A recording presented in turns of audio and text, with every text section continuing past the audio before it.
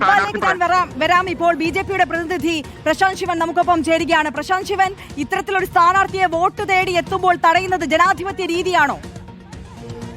ഇവിടെ ബി.ജെ.പി ആരെയും തടഞ്ഞിട്ടില്ല. ഇവിടെ ഇന്ന് കാലത്ത് ഇതേ സ്ഥാനാർത്ഥി വളരെ വിശദമായി തന്നെ പറഞ്ഞിട്ടുണ്ടായിരുന്നു. ഈ പീഡനം അത് ഓരോരുത്തരുടെ വ്യക്തിപരമായ വിഷയങ്ങളാണ്, അതിനെ സംബന്ധിച്ച് മറുപടി പറയേണ്ടില്ല എന്ന് പറഞ്ഞു. ഇത്തരത്തിലുള്ള സ്ത്രീകൾക്ക് നേരെ വരുന്ന ആക്രമണങ്ങളെ ഈ പറയുന്ന സ്ഥാനാർത്ഥിക്കെതിരെ അന്നാട്ടിലെ അമ്മമാര് പ്രതിഷേധിച്ചു.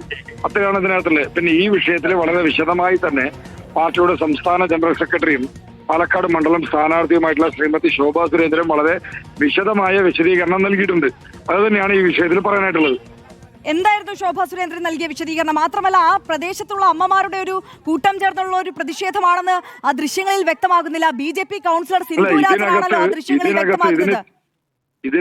ഇതിന് തൊട്ടു മുൻപാണ് സ്ഥാനാർത്ഥി വിശദീകരണം നൽകിയിട്ടുള്ളത്.